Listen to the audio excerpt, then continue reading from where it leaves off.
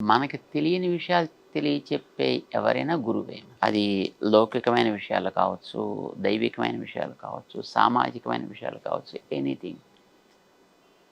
వాటిని గురువు అని అంటాం మనం.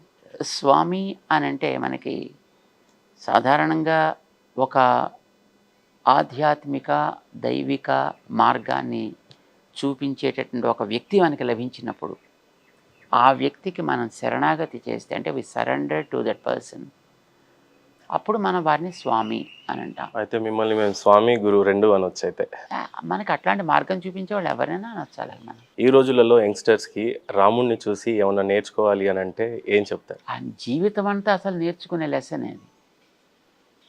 రాముడు చిన్నప్పటి నుంచి ఆయన గురించి ఏది చెప్పాడో వాల్మీకి, నేర్వదగినదేదో అవే చెప్పాడు ఆయన. ఫర్ ఎగ్జాంపుల్, ఆయన బాలకాండలో, అంటే మొదటి 7 కాండలు రామాయణం, దాంట్లో బాలకాండ మొదటిది. ఆ బాలకాండలో 18వ సర్గ దగ్గర రాముడు పుడతాడు. సాధారణంగా పుట్టాడు 60,000 సంవత్సరాల తర్వాత ఒక పిల్లాడు అంటే, ఆ పిల్లాడితోటి ముద్దు మురిపే ముచ్చట అవన్నీ ఉంటాయి జనరల్గా. కానీ వాల్మీకి అవేవి చెప్పలేదు. ఏ సర్గలో రాముడు పుట్టాడని చెప్పాడో నామకరణం అదే సర్గలో చేయించాడు. చదువు సంధ్య అన్నీ మొత్తం ఆ సర్గలో ఫినిష్ చేశాడు. 12 ఏళ్ళు పూర్తి అయిపోయాయని చెప్పేశాడు అదే సర్గలో. చివరికి వచ్చేటప్పటికి ఇతన్ని బయటికి తీసుకువెళ్ళడానికి విశ్వామిత్రుడు వచ్చేసాడు. అంటే విశ్వామిత్రుని అప్పుడే ఇంట్రడ్యూస్ చేసేసాడు ఆయన. అంటే ఏదేది మనిషిగా జీవితంలో తెలుసుకోవడానికి అవసరం లేదో దాన్ని ఆయన చెప్పే ప్రయత్నం చేయలేదు. ఏది అవసరమో దాన్ని ఎలాబొరేట్ చేశాడు. విశ్వామిత్రుడితోటి రామచంద్రుడు సాగించిన యాత్రని సుమారు 50 సర్గల్లో చెప్పాడు. ఎందుకనంటే విశ్వామిత్రుడు వెంట బయలుదేరి ఆయన ఎన్నో నేర్చుకున్నాడు, ఎన్నో ఉపకారాలు చేశాడు, సమాజానికి అవసరమైనటువంటి కార్యక్రమాలు చేశాడు, చేయడానికి కావలసినటువంటి శిక్షణ పొందాడు విశ్వామిత్రుడి దగ్గర. సో మనిషికి సమాజహితకరమైన కార్యాలు చేయడం, దానికి తగినటువంటి శిక్షణ పొందడానికే అధికమైనటువంటి సమయం ఇవ్వాలి తప్ప విలాసాలకి, విందులకి, వినోదాలకి కాదు. అందుకోసమనే ఆయన చిన్నప్పుడు పుట్టి పెరిగేటటువంటివి ఆ 12 ఏళ్ల పాటు సాగిన జీవితం ఏమైందో మనకు తెలియదు. సో రాముడిని చూసి ఇలాగా ఎవ్రీ మూమెంట్, ప్రతి కదలిక మనం నేర్వదగినది. స్వామి, భారతదేశం కల్చర్ అంటేనే కుల, మతం అన్నీ కలిసి ఉంటుంది.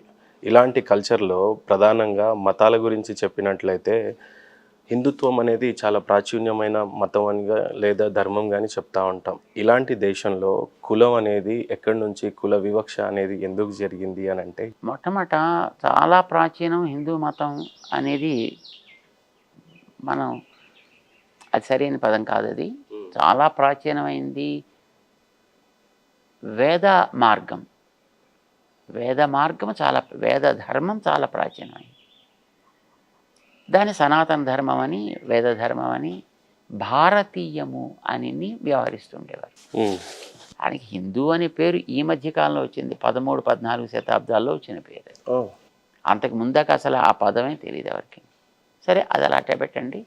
దానికి దీన్ని పర్యాయ పదంగా వాడుతున్నారు అని అనుకుందాం. ఓకే. సో అంతవరకు మనకు there is no problem at all for us. దీంట్లో కులాలు ఉన్నమాట వాస్తవం, వర్ణాలు ఉన్నమాట వాస్తవం. ఇవి మానవ జీవితపు నడకకి కావలసినటువంటి విధానాలు. ఇవి చేతికి 4 వేళ్ళు ఉన్నాయంటే, ఒకటి పొడుగ్గా, ఒకటి పొట్టిగా, ఒకటి కొంచెం పొట్టిగా, ఒకటి ఇంకా పొట్టిగా, ఒకటి లావుగా, ఇలా ఉంటాయి.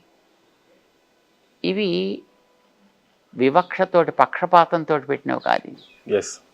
పని జరగడానికి కావాల్సిన సౌకర్యం కోసం ఉన్నవి. సమాజం అనేటటువంటిది ఒక పెద్ద వ్యవస్థ అయితే ఇందులో వర్ణాలు బ్రాహ్మణ, క్షత్రియ, వైశ్య, శూద్ర, ఇవన్నీ సమాజపు నడకలో అవసరమైన. శూద్రుడే ఎక్కువగా ఎందుకు హింసింపబడ్డాడు, కుల వివక్షకి గురయ్యాడు? ఎవడు వివక్ష గురి కాలేదు ఇప్పుడు.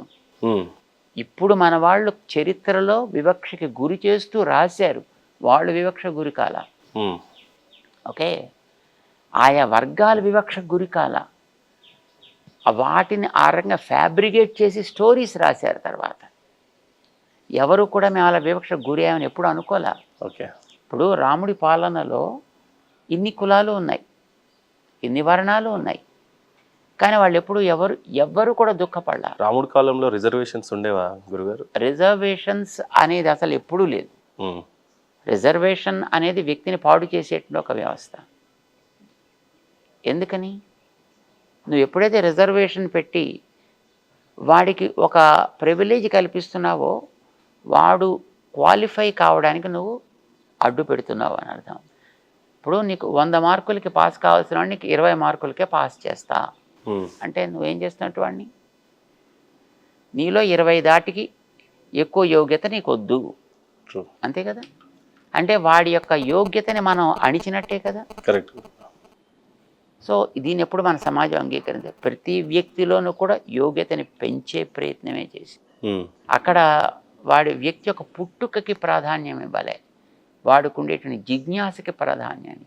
జిజ్ఞాసలో కనుక వాడు గొప్పవాడైతే వాడు హరిజనుడు అని ఈవేళ మనం అనుకునేటటువంటి కులంలో ఉన్న వాడికి కూడా పూజార్హతనిచ్చింది.